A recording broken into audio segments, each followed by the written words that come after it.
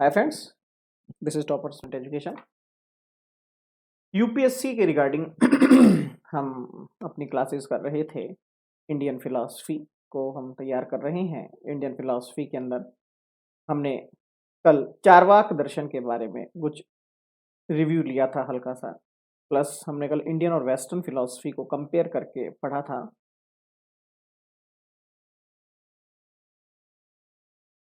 ठीक है, तो अभी हमने कल थ्योरी ऑफ परसेप्शन को पढ़ा था according to Charvaka school of philosophy.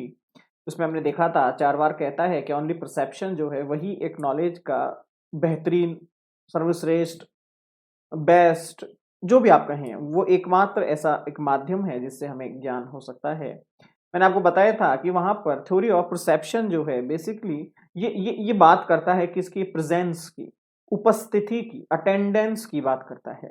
यहाँ पर प्रेजेंस का मतलब ये नहीं है कि इंद्रियों से ही मुझे कंप्लीट नॉलेज हो जाएगी ऑब्जेक्ट की, ऐसा नहीं है।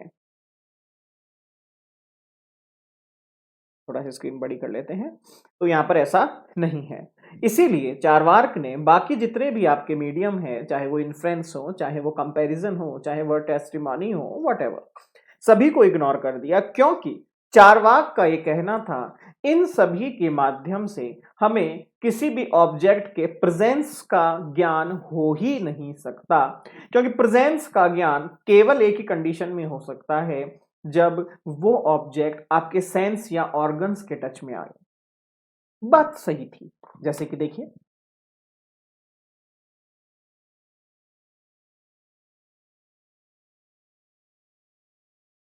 स्क्रीन फिर से अटक गया। कहने का तात्पर्य यही था कि हम जितने भी मीडियम्स की डिस्कशन करते हैं, चाहे वो इन्फ्रेंस हो, चाहे परसेप्शन हो, चाहे व्हाटएवर जो भी हो, उसके अंदर एक समस्या रहती है। फॉर एग्जाम्पल मैं बात करता हूं इन्फ्रेंस की, जिसको आप हिंदी में अनुमान कहते हैं।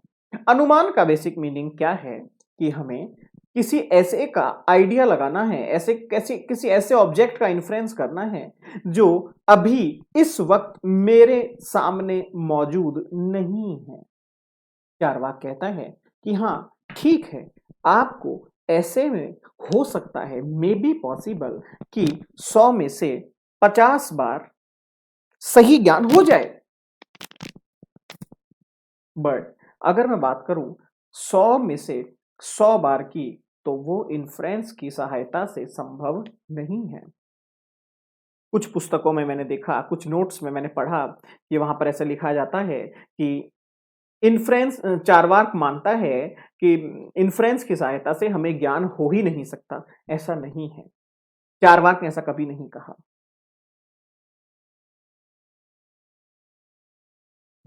चारवाक ने ऐसा कभी नहीं कहा। चारवाक ने यह कहा कि हमें अनुमान, उपमान, शब्द प्रमाण के द्वारा ज्ञान तो हो सकता है, लेकिन वो हमेशा सही हो ये जरूरी नहीं है। वो सही हो भी सकता है और सही नहीं भी हो सकता है।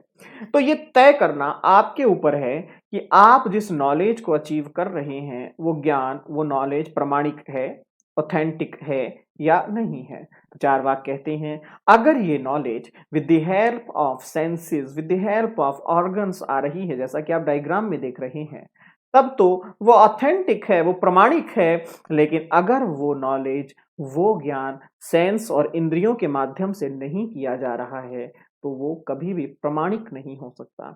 उसकी ऑथेंटिसिटी जो है वो हमेशा फ्लक्चुएट करती रहेगी। क्यों? चारवाक कहते हैं फॉर एग्जाम्पल इन्फ्रेंस के अंदर हम करते क्या है, inference basically a relation between हेतु एंड साध्य। हेतु, हेतु मीन्स जो आपको विजिबल है, जो आपको दिख रहा है। साध्य मीन्स जो आपको दिख नहीं रहा है, but due to respect of हेतु, हेतु की मदद से आपको इसे फाइंड आउट करना है। फॉर एग्जाम्पल मैंने कमरे में बहुत अंधेरा कर दिया और मैंने कहा आप अंदाजा लगाइए मैंने यहां पर गमला कहां रखा हुआ है, मैंने यहां पर मेरा टीवी का रिमोट कहां रखा हुआ है। तो आप अनुमान लगा रहे हैं, अंदाजा। किसके बेस पर मैं अंदाजा लगा रहा हूं? मेरी प्रीवियस नॉलेज के बेस पर। तो यहां पर कमरा मेरे सामने है, कमरा मेरा हेतु हो गया, और जो रिमोट मुझे फाइंड आउट करना है वो मेरा साध्य हो गया। वो किस डायरेक्शन में रखा हुआ है, तो मैं अंदाजा लगाऊंगा टीवी यहां पर है तो टीवी के आसपास ही कहीं होगा। ऑब्वियसली बात है। तो फिर मैं उसका अंदाजा लगा रहा हूं। तो हेतु बेसिकली एक एग्जांपल दिया जाता है कि एक पहाड़ है, उस पर आग लग रही है, तो धुआं निकल रहा है, सॉरी, उस धुएं को देखकर मुझे आग को फाइंड आउट करना है। तो धुआं हो गया मेरा हेतु और साध्य हो गया मेरा आग। चार्वाक कहते हैं कि हाँ, हो सकता है कई बार हम इस चीज को फाइंड आउट कर लें कि वहां पर धुआं है तो वहां पर आग भी होगी, बट ये कोई मैंडेटरी रिलेशन नहीं है कि आग और धुआं एक साथ ही होता हो। हमें कई बार हमने देखा है कि समुद्र के अंदर बहुत सारी धुआं, स्मोक निकलता रहता है, समुद्र में तो कोई आग नहीं है। फिर ये तो गड़बड़ हो गई। इट मीन्स चारवाक कहने की कोशिश कर रहा है कि हाँ, इन्फ्रेंस से भी नॉलेज होती है, बट उसकी ऑथेंटिसिटी जो है वो प्रत्यक्ष के जैसी नहीं है। इसको आप इस तरीके से समझिए। समझाने के तरीके तो बहुत ले आऊंगा आपके लिए मैं।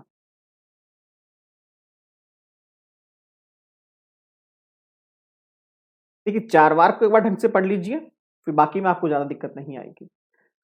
फॉर एग्जाम्पल, अगर मैं बात करूं परसेप्शन की, अगर मैं बात करूं इन्फ्रेंस की, अगर मैं बात करूं कंपैरिजन की, अगर मैं बात करूं वर्ड टेस्टिमोनी की, तो जहां पर परसेप्शन की ऑथेंटिसिटी 100 में से 99% है, वहीं पर इन्फ्रेंस की ऑथेंटिसिटी 50% ही है। कंपैरिजन की ऑथेंटिसिटी 35% ही है, वर्ड टेस्टिमोनी भी 35% ही ऑथेंटिक है। तो इन सभी में से चारवाक कहता है कि ये सबसे बेस्ट मेथड है किसी चीज के बारे में, किसी ऑब्जेक्ट के बारे में नॉलेज करने का। इससे ज्यादा बेहतरीन मॉडल कोई हो ही नहीं सकता जिसके माध्यम से हम ज्ञान कर पा रहे हैं। इन्फ्रेंस भी नॉलेज देता है, बट उसकी ऑथेंटिसिटी लिमिटेड है। Comparison, word testimony, it means knowledge तो है, बट जितना एक्यूरेसी परसेप्शन देता है उतनी एक्यूरेसी बाकी हमें वे ऑफ नॉलेजेस नहीं दे पाते हैं। ज्ञान के माध्यम उतना ज्ञान हमें नहीं दे पाते हैं। ये उसकी समस्या है। तो ये चारवाक ने कहा कि हमें जो ज्ञान है वो विद द रेस्पेक्ट और with the help of perception ही आ सकता है, इसके अलावा नहीं आ सकता। इन्फ्रेंस को मैं क्यों नहीं मानता? क्योंकि इन्फ्रेंस जो है बेसिकली इमेजिनेशंस में काम करता है, कल्पनाओं में काम करता है, और मेरा जो वे ऑफ नॉलेज है, मेथड ऑफ नॉलेज है, उसकी पहली कंडीशन यही है, ऑब्जेक्ट वहां पर अटेंडेंस दिखाना चाहिए, अपनी प्रेजेंस दिखाना चाहिए, तब तो मैं उसे मानूंगा, अदरवाइज मैं उसे एक्सेप्ट नहीं कर सकता। ठीक है, तो ये चारवाक ने अनुमान को हटा दिया साइड में, अनुमान को माना ही नहीं। दूसरा चारवाक कहते हैं कि अनुमान को मैं मान तो लूं, लेकिन ये कंपलसरी रिलेशन, व्यापती संबंध जो है आपका,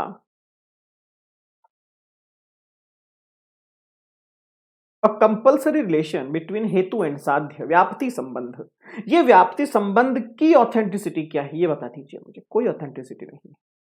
तीसरी बात, जिस जो मैं देख ही नहीं पा रहा हूं, उसके बारे में जो मैं नॉलेज कर रहा हूं, बेसिकली उसको मैं नॉलेज नहीं कह सकता, क्योंकि ज्ञान वो है जो अकाट्य हो, जो अखंड हो, मतलब जिसके हम कटाक्ष नहीं कर सकते, जो है वैसा ही रहता है, उसके ऊपर कोई ऑब्जेक्शंस नहीं होते हैं, वो है तो है, दैट्स इट। लेकिन इमेजिनेशंस के द्वारा हम वो चीज फाइंड आउट नहीं कर सकते हैं। फॉर एग्जाम्पल, मैं आपसे पूछता हूं, ट्रंप अभी क्या कर रहा है बताइए? मोदी जी अभी क्या कर रहे हैं बताइए? केजरीवाल साहब अभी क्या कर रहे हैं बताइए? आप अनुमान लगा सकते हैं। उस अनुमान की ऑथेंटिसिटी क्या है मुझे आप ये बताइए। आप खुद कहेंगे सर पता नहीं, ऑथेंटिसिटी तो कुछ भी नहीं है। आप चाहे केजरीवाल साहब के कितने अच्छे दोस्त हो, मोदी साहब आपके आपके लंगोटिया यार हो, वॉटेवर, लेकिन आप ये नहीं बता सकते हैं कि वो अभी इस वक्त वो क्या कर रहे हैं। क्यों? क्योंकि ये अनुमान है। चारवाक कहते हैं हो सकता है आप कहें कि वो अभी भोजन कर रहे होंगे, क्योंकि इस समय लगभग सभी लोग भोजन करते हैं, तो मैंने अनुमान लगाया कि साहब मोदी साहब, केजरीवाल साहब इस वक्त भोजन कर रहे होंगे। लेकिन क्या ये सही होगा? आप कहेंगे नहीं सर, एग्जैक्ट तो नहीं, बट शायद वो भोजन कर रहे होंगे। लेकिन अगर आप केजरीवाल साहब या मोदी साहब के सामने बैठे हैं तो आप क्या कहेंगे? सर देखिए भोजन कर रहे हैं, दिख रहा है मुझे। दोनों में से ऑथेंटिसिटी किसकी ज़्यादा है? परसेप्शन की ज़्यादा है, इन्फ्लुएंस की नहीं है। तो ये चारवाक का थ्योरी ऑफ नॉलेज था, या फिर ज्ञान का सिद्धांत था, या ज्ञान मीमांसा था। ठीक है? यहां तक हमने देख लिया प्रत्यक्षम किम प्रमाणम।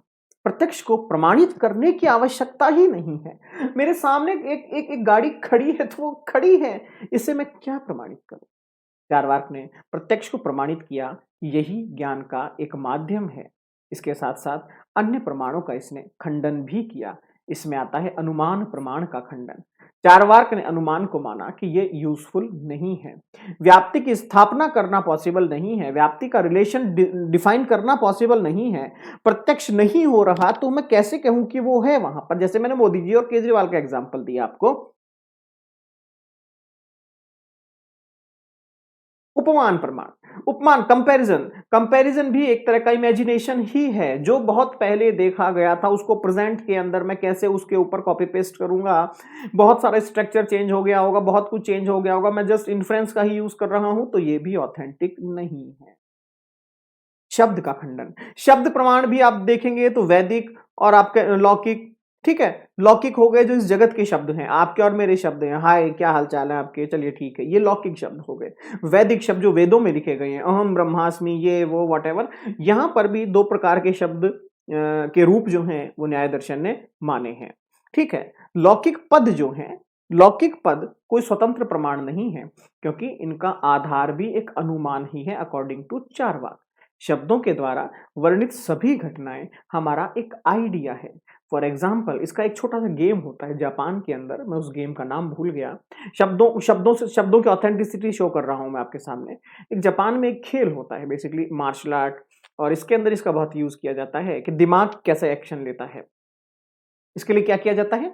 इसके लिए ऐसा एक गोला बना दिया जाता है और यहां पर एक एक बच्चे को खड़ा कर दिया जाता है।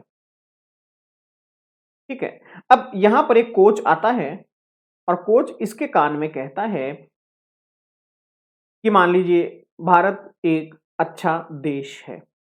कान में बोलता है धीरे से, और बोले यही बात आपको सामने वाले को बतानी है। अब नेक्स्ट बंदे को ये इसके पास जाता है और कान में धीरे से बोलता है, किसी और को नहीं सुनना है शब्द, भारत एक बहुत अच्छा देश है।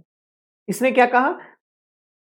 भारत एक अच्छा देश है। इसने दूसरे को क्या कहा? भारत एक बहुत अच्छा देश है। इसने तीसरे को क्या कहा? पता है भारत एक बहुत ही अच्छा देश है। पता है भारत एक बहुत ही अच्छा देश है। ये अगले वाले के पास गया, भारत अच्छा देश है।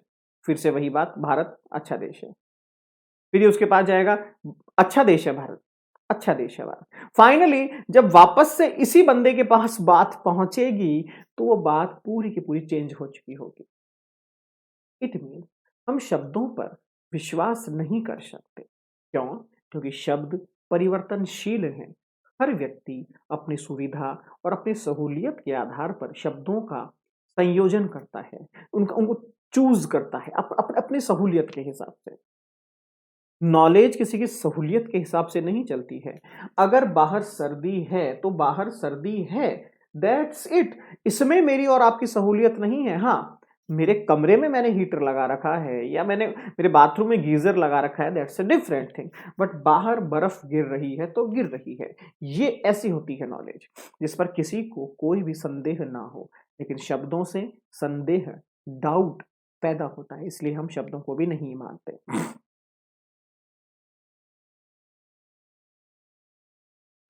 कुछ दार्शनिकों ने कहा आप तो व्यक्ति, आप तो मतलब अवतार, इक्विवेलेंट टू गॉड। हर किसी के शब्द नहीं, मेरे शब्द मत मानो, आपके शब्द नहीं, आप तो पुरुष। आपने देखा ना महाभारत में क्या हुआ? महाभारत में जब द्रोणाचार्य के जो पुत्र हैं अश्वत्थामा, कृष्ण ने कहा अश्वत्थामा को मारना पड़ेगा। मारना पड़ेगा?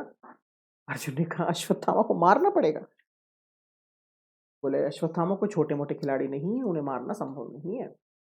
कृष्ण ने कहा भैया मैं मारने की बात कर रहा हूं, मारने की बात थोड़ी कर रहा हूं। अर्जुन समझ गए।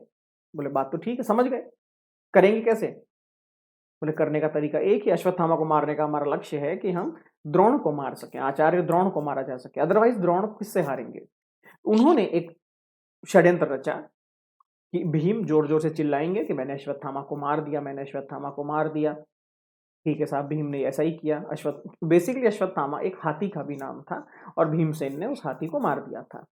तो भीमसेन चिल्लाने लगे मैंने अश्वत्थामा को मारा, मैंने अश्वत्थामा को मारा, और द्रोणाचार्य के पास में डांस करने लगे, मैंने अश्वत्थामा को मार दिया, मार दिया। तो अगर आपने देखा होगा, पढ़ा होगा, द्रोणाचार्य ने भीम के बातों पर विश्वास नहीं किया, क्योंकि द्रोण की नजरों में भीम जो है एक आप्त पुरुष नहीं है, एक ऐसे व्यक्ति नहीं है जिस पर विश्वास किया जा सके, जिसकी बातों पर मैं ट्रस्ट कर सकूं। तो द्रोण ने क्या किया, वो सीधे जाते हैं युधिष्ठिर के पास और युधिष्ठिर से कहते हैं, युधिष्ठिर बताइए ये जो भीम कह रहा है ये सही है या नहीं?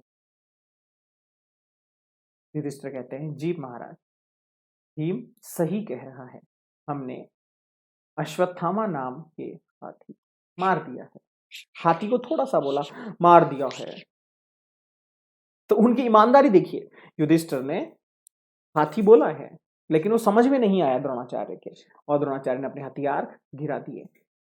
फॉर एग्जाम्पल, ये वो एग्जाम्पल है जो समझाता है आप्त पुरुष, अवतार पुरुष, equivalent to God, a knowledgeable person क्या होते हैं।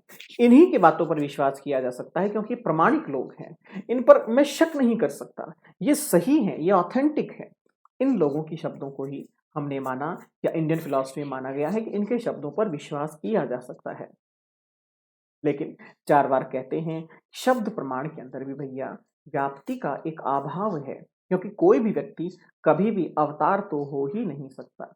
यहां पर इस पे डाउट लगाइएगा, कोई भी व्यक्ति, जब भी फिलॉसफी में एब्सोल्यूट वर्ड्स का यूज किया जाएगा, कोई भी व्यक्ति, तो वो अपने आप में एक कटाक्ष खड़ा हो जाएगा वहां पर।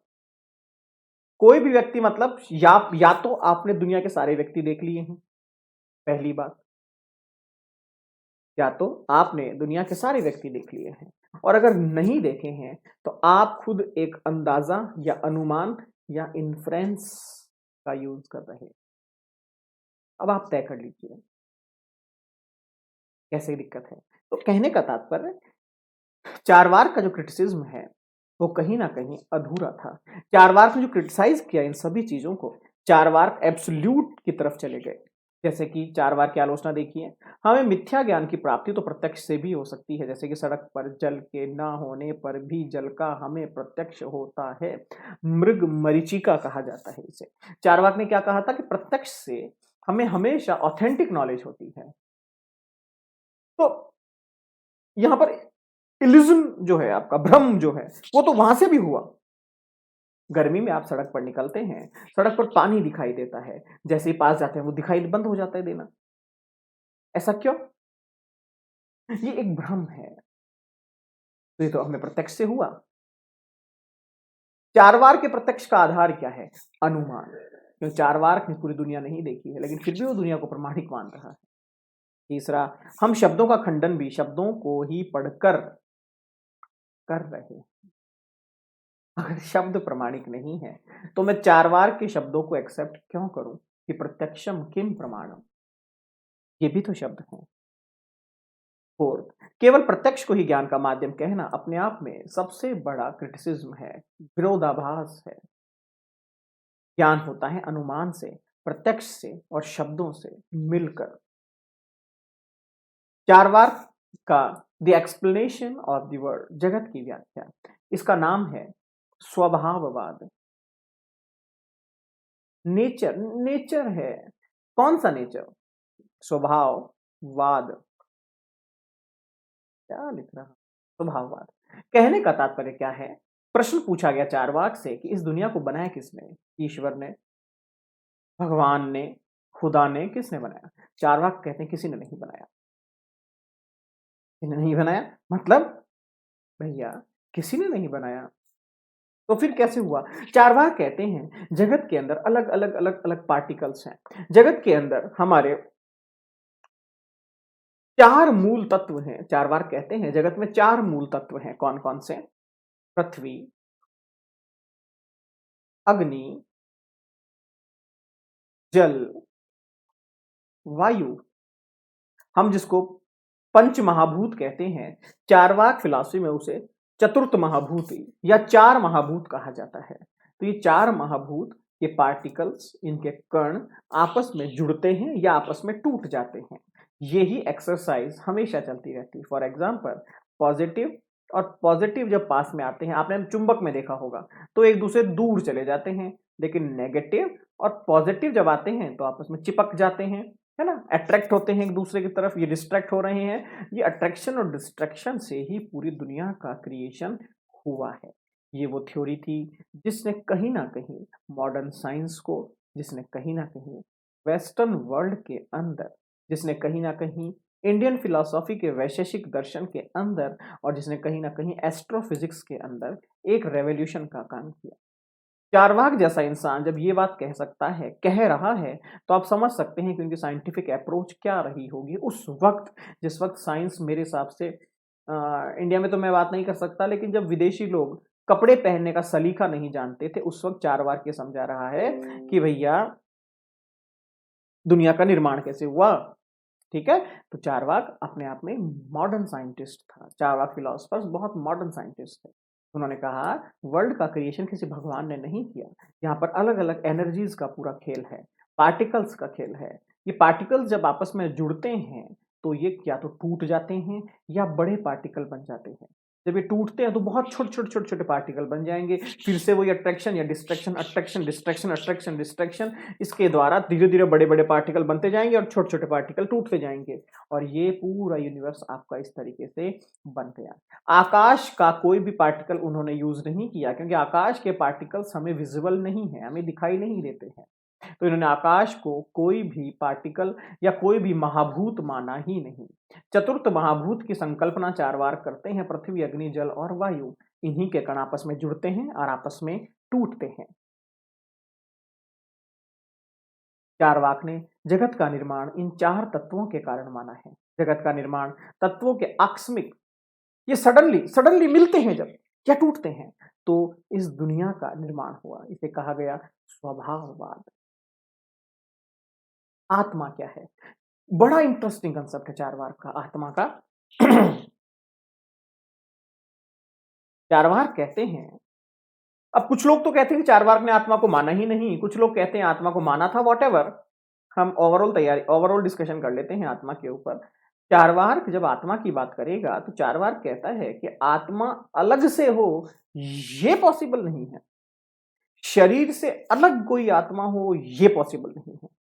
हाँ, शरीर के साथ आत्मा हो सकती है। कुछ लोग कहते हैं, जैसे कि इसमें आप फर्स्ट लाइन देखिए, चारवाक दर्शन में आत्मा को अस्वीकार नहीं किया गया है, बल्कि आत्मा के अभौतिक स्वरूप और उसके दिव्य गुणों को ही अस्वीकार कर दिया गया है। आत्मा को अस्वीकार नहीं किया गया है, आत्मा को इग्नोर नहीं किया गया। हाँ, कैरेक्टरिस्टिक्स ऑफ सोल जो है, आत्मा के जो गुण है, वो कहीं ना कहीं उन्होंने नहीं माने। चारवाक का कंसेप्ट है देह आत्मावाद। देह आत्मावाद, कि आपकी बॉडी और सोल जो है वो एक ही है, अलग अलग नहीं है। इट मीन्स जब आपकी बॉडी खत्म हो जाती है तो आपकी सोल भी खत्म हो जाती है। ऐसा नहीं होता है कि सोल की एक प्रॉपर्टी है पुनर्जन्म, रीबर्थ, इसकी एक प्रॉपर्टी है मोक्ष, लिबरेशन। ऐसा कुछ नहीं है, सब कहने की बातें हैं, सब पागल बनाने के धंधे हैं। चारवाक कहते हैं आत्मा तभी तक है जब तक मेरा जीवन है। जिस वक्त मेरा जीवन खत्म हो गया, मेरी आत्मा भी खत्म हो गई, मेरी एनर्जी भी खत्म हो गई, मेरी कॉन्शियसनेस भी खत्म हो गई। अब वो आत्मा थी नहीं थी, है नहीं है, वो मेरा सब्जेक्ट नहीं हो सकता। मेरे लिए सब कुछ खत्म हो गया। मेरी आत्मा, मेरा शरीर, मेरा ज्ञान, मेरी बुद्धि, मेरी चेतना, मेरा स्वर्ग, मेरा नर्क, मेरा ईश्वर, मेरे दुख, मेरे सुख, मेरे प्राण, सब खत्म हो गया, सब खत्म। तो इस शरीर के अलावा अगर मैं कहता हूं आत्मा है, तो मैं ये नहीं साबित कर सकता कि वो क्या है। आपने कहा वो ऊर्जा है, तो भैया महसूस तो नहीं होती। दुनिया में इतने लोग आए, इतने लोग मरे, कहाँ गई वो ऊर्जा? तो चारवाक कहते हैं ऐसा नहीं है। जब तक वो है, तभी तक वो है, जब तक वो नहीं है, तब वो नहीं है, दैट्स इट, बात खत्म। सिंपल। हालाँकि कहीं न कहीं अधूरी फिलॉसफी थी ये भी। अधूरा इन द सेंस, जैसे कि एक छोटा-सा एग्ज़ाम्पल देता हूँ। मैंने आपसे कहा कि आपके अपने घर में आपने बल्ब देखा होगा, आपने कहा सर सबने देखा है। भैया ये बल्ब जल रहा है मतलब बल्ब ठीक है क्या? सर इसमें लाइट आ रही है ना, एनर्जी आ रही है इसमें, अच्छा। बल्ब खत्म हो गया, बल्ब को मैंने फोड़ दिया तो लाइट चली गई क्या? सर लाइट नहीं गई, बल्ब गया है। तो लाइट कहाँ है? सर लाइट तो तारों में है। तारों में है, वायर्स में लाइट है, पावर हाउस में लाइट है, सब जगह लाइट है, बल्ब में नहीं है। इसी तरीके से हमने जो कंसेप्ट ऑफ सोल या आत्मा जो का जो सिद्धांत माना है वो ये माना है, ये बॉडी के अंदर एनर्जी आती है, बॉडी खत्म हो जाती है और एनर्जी अलग हो जाती है, सेपरेट हो जाती है। तो चार वार ने जब ये कहा कि आत्मा ऐसी नहीं होती है, आत्मा वैसी नहीं होती है, बेसिकली चार वार ने भी इस पर इन्फ्रेंस का यूज किया, अनुमान का इस्तेमाल किया।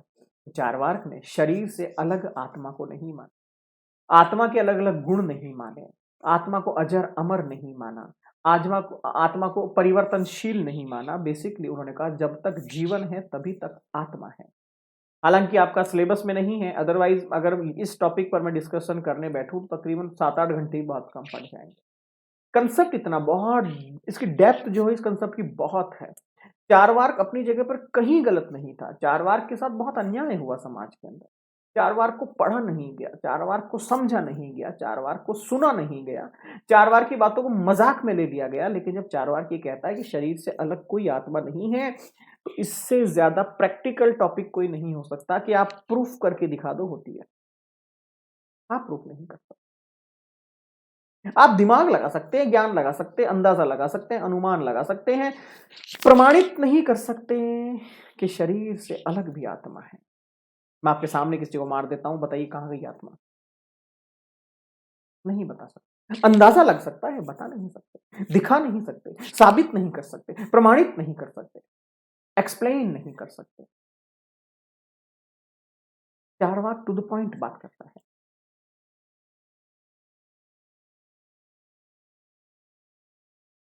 क्रिटिसिज्म देखिएगा, चेतना शरीर का एक आगंतुक लक्षण नहीं है, ये स्वतंत्र लक्षण है।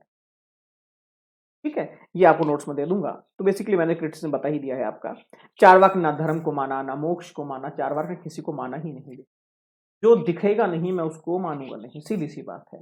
बेसिकली ये एक कहीं ना कहीं जिसको मैं कहूं कि विरोध वाली भावना आ जाती है, जिसको हम कहें कि एक आंदोलन वाली भावना आ जाती है कि मैं मानूंगा ही नहीं, कुछ भी कर लो आप मेरे साथ।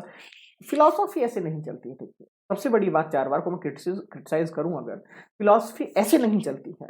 फिलॉसफी में आपको सामने वाले को सुनना पड़ेगा, पढ़ना पड़ेगा, देखना पड़ेगा, समझना पड़ेगा, उसकी बातों को समझना पड़ेगा, उसकी भावनाओं को समझना पड़ेगा, उसकी मेंटालिटी को समझना पड़ेगा, उसकी साइकोलॉजी को समझना पड़ेगा, उसकी फिलॉसफी को समझना पड़ेगा, उसके वातावरण को समझना पड़ेगा, तब जाके आप एक डिसीजन तक पहुंच सकते हैं। ये जो आपका एटीट्यूड है कि मैं नहीं मानता ना, ये फिलोसोफर का नहीं होता है। फिलोसोफर ऐसे नहीं होते हैं। फिलोसोफर वो है जो तब तक सामने वाले को सुनता है जब तक सामने वाले के बोलने की हिम्मत है, और उसके बाद वो बोलना शुरू करता है कि अब तू सुन। क्यों? क्योंकि उसे पता है जब तक सामने वाले के मन में विचार रहेंगे वो मेरी तो सुनेगा नहीं। पहले उसको खाली कर लो पूरा, फिर मैं बोलूंगा, वो सुनेगा। क्यों? उसके पास तो बातें बची नहीं। तो चारवाक जब ये कहता है कि मैं इसे भी नहीं मानता, मैं उसे भी नहीं मानता, तो ये अधूरी बातें हैं। लॉजिकली मैं इसे प्रूफ नहीं कर सकता, तार्किक रूप से इसे मैं प्रमाणित नहीं कर सकता। ये सारा का सारा जो क्रिटिसिज्म है जो चारवाक ने किया, वो सारा का सारा क्रिटिसिज्म बेस्ड ऑन इन्फ्रेंस है, ना कि बेस्ड ऑन परसेप्शन है। वो कहता है मैं धर्म को नहीं मानता क्योंकि धर्म दिखता नहीं है। तो फिर भैया जो दिखता है आप उसको मानो, आप मुझे साबित करके दिखा दो कि धर्म दिखता नहीं है। धर्म दिखने वाली चीज नहीं है। धर्म basically based on your ethical activities. Ethical activities, आपकी फीलिंग, आपकी भावनाएं, सुख दुख, ये देखने वाली चीज नहीं है, ये फील करने वाली चीज है, ये तो महसूस करने वाली चीज है। आप बाहर बैठे हैं, आपको सर्दी लग रही है, सर्दी दिख थोड़ी रही है, सर्दी लग रही है, फील करने वाली चीज है। यहाँ पर धर्म, मोक्ष, फील करने वाली चीज, महसूस करने वाली। चारवाक इस जगह थोड़ा सा कमजोर पड़ गया।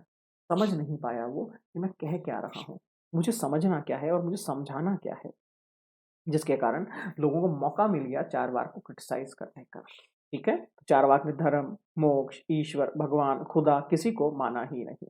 फिर भी चारवाक के बहुत सारे इंपॉर्टेंस है, महत्व है। समाज को वर्तमान में रहना सिखाया। यहाँ पर the purification of Indian society का इसने काम किया। रूढ़िवादिता जो थी आपकी, गलत सोच जो थी आपकी, पुरानी सोच जो थी आपकी, वो इसने खत्म की और मल्टी डायमेंशनल इंडियन सोसाइटी बनाने में इसने कोशिश की। साइंटिफिक अप्रोच देने में इसने कोशिश की। सुपरस्टिशियस खत्म किए इसने, समाज के अंधविश्वास को इसने खत्म किया।